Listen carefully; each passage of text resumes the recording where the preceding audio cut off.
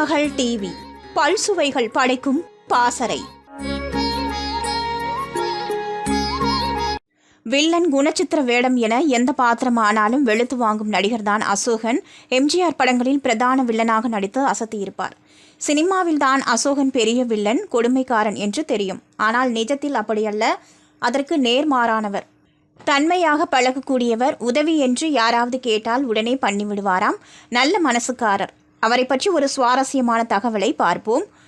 உண்மையே உன் விலை என்ன என்ற படத்தில் அவர் நடித்து கொண்டிருந்தார். படத்திற்கான ஷூட்டிங் நடந்து கொண்டிருந்தது. ஒரு காட்சியில் கோட் பாக்கெட்டில் வைக்க வேண்டிய துப்பாக்கியை மறந்து பேண்ட் பாக்கெட்டில் வைத்துவிட்டார். ஷூட்டிங்கில் முத்துராமனை பார்த்து அவர் துப்பாக்கியால் சுட வேண்டும். அதனால் துப்பாக்கியை எடுக்க பேண்ட் பாக்கெட்டில் கையை விட்டுள்ளார். கண்ணிமைக்கும் நேரத்தில் பேண்ட்டுக்குள் இருந்த துப்பாக்கி வெடித்துவிட்டது. அவ்வளவுதான், ஒரே சத்தம். எல்லாரும் என்னாச்சு என பயந்து போயிட்டாங்க. நல்ல நேரம் போல அசோகனுக்கு. அவருக்கு தொடையில் சிறு காயம்தான். அது போலி தோட்டாக்கள் உள்ள துப்பாக்கி. அதனால் வெறும் சத்தம்தான் வந்ததே தவிர பெரிய அளவில் காயம் உண்டாகவில்லை. அப்போதும் அசோகனின் குறும்பு குறையவில்லை. அவர் புலம்பும் போது கூட இப்படித்தான் புலம்பினாராம்.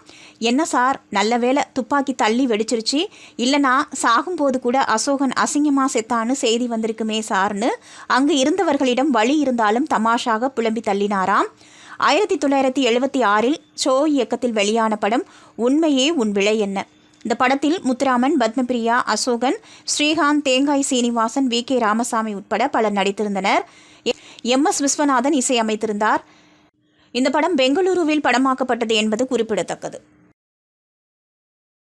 திருமகள் டிவியை லைக் செய்து உங்கள் நண்பர்களுக்கும் ஷேர் செய்வதுடன் சப்ஸ்கிரைப் செய்து ஆதரவு தாருங்கள்.